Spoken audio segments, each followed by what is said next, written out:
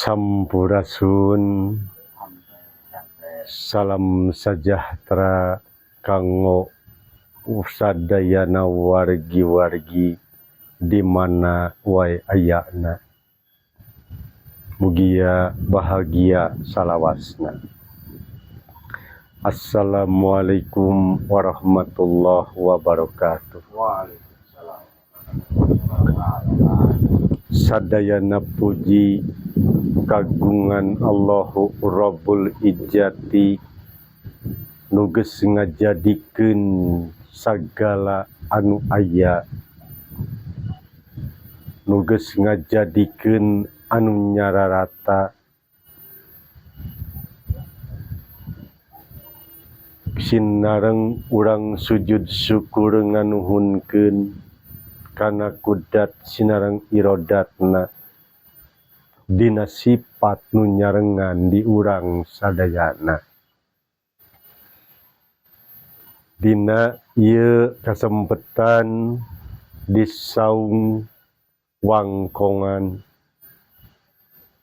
digunakeun ku urang pikeun pengkajian supaya urang tadi teras aya tungtunan ti Gusti Pangeran Kudrat Sajati nu ngusik malikeun nu ngersakeun ieu urang. Aya anu tumaros ti wargi urang naha saatosna urang ngaji na diri, saatosna urang tauhid, saatosna urang iman ka Allah bet lumampah tur urang masih keneh percaya ka karuhun sinareng kaleuluhur. Tah ieu pertarosan teh anu kacida saena sinareng ka urang salaku pemicu pikeun urang mencerna kageuing tur kaelingan. Hatur nuhun dina pertarosanana. Leres nu kahiji urang kudu tauhid. Ari namina tauhid teh nyaeta tau hidup. Kade tauhid teh tau hidup nu ngandung harti nyaho ka hirup.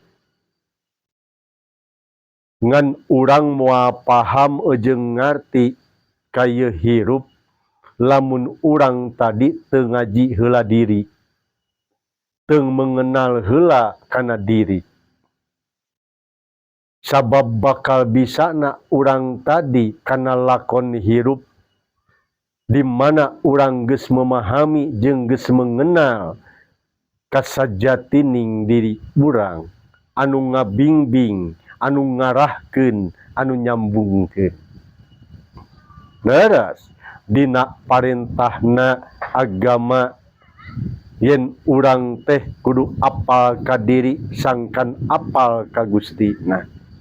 Da memang eta patokanana tujuan urang. Tapi kade ku urang pisahkeun antara sajarah diri, antara prosesna diri jeung dina lakon hirup. Saatosna urang ngaji diri berarti urang tadi terus ngajalankeun ngaji hirup. Matak aya bahasa sajarah diri galur hirup moal tiasa ku urang dipisahkeun. Tapi lamun urang ngajalankeun galur hirup tanpa mengenal heula urang ka dirina anu disebat ka Gustina atanapi anu disebat ka Allahna, tinangtu urang tadi bakal ngajalankeun galur hirup anu tanpa tujuan, tanpa patokan. Perjalanan urang dina kahirupan anu ditungtun ku hirup sadayana ge perjalanan. bangsa mana wae oge dek kaum naon wae oge sadayana ge perjalanan. Setiap anu gumelar ka alam dunya utek tongo walang taga khususna manusia nyatakna perjalanan. Setiap perjalanan pasti bakal ngabogaan kapercayaan anu disebat agama. Agama nyatakna kapercayaan tergantung urang dina dalilna. Ari dalil lain cek kitab, ari dalil lain cek hadis, hantem maca jeung maca, pamangih batur dibejakeun ku urang. Tapi na dalil adalah tadi dasar lubangna ilmu. Janten dalil teh nu ngandung hartos dasar lubangna ilmu, atanapi dasar liang ilmu. Kanyaho. Sumberna ilmu anu katarima ku urang ti mana naha ti batur, naha ti bangsa deungeun, nahaan sabatas maca Quran tina kitab, cek kadituna, cek madhab anu, cek madhab ieu, ari cek urang anu mana cek diri urang. Naha diri urang beteu mere ilmu, nah diri urang beteu mere kanyaho teu mere pangarti. Berarti kanyataanna urang tadi kasarung dina lumampah ngajalankeunana lakon hirup. Linglung dina ngajalankeun lakon hirup berarti urang masih keneh linglung urang ka dirina. Linglung ka dirina berarti urang masih keneh poe ka Gustina, ka Allahna anu salami ieu ngapingbing jeung ngarah. Satungtung urang masih keneh nyokot dasar pangarti tina kitab nu ditulis komo urang tadi cek urang Arab, cek bangsa Arab eta dipake dominan ku urang. Mangka salilana urang bakal kasarung, urang bakal linglung, bakal poho kana sajarahna saha anu arek tanggung jawabna.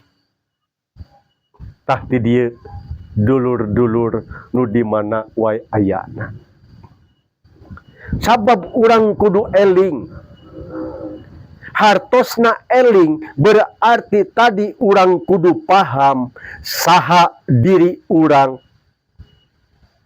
adat mana anu ku urang dipilampah, budaya mana anu ku urang dipigawe, cara mana anu ku urang dilakonan. Lamun urang tadi masih keneh can eling, pasti bakal kaliru migawe pagawean batur anu can puguh jadi tungtunan pikeun urang sorangan. Jadi saatosna urang paham ka diri, apal ka Gustina, paham ka Allahna, berarti urang tetep ngajalankeun lakon hirup anu tangtu. Aya patokanana anu tangtu, saha anu kudu ku urang dituturkeun, naon anu kudu ku urang dipigawe. Sabab lamun urang tadi migawe hiji perkara ngan sakadar ceuk beja, ngan sakadar ceuk bahasa, mangka moal ngajadikeun guna tur mangpaatna ngan sakadar rame dina bahasana. Rame dina bahasana jadi perdebatan. Terjadi perdebatan jadi pacengkadan. Tak ieu nu ngajadikeun matak bahayana. Nya muga kanggo urang sadayana saatosna urang tadi mengenal kasajatining diri, berarti mengenal ka Gustina atanapi nu disebat mengenal ka Allah. Berarti urang sadar kalawan eling dina ngajalankeun galur hirup anu tangtu.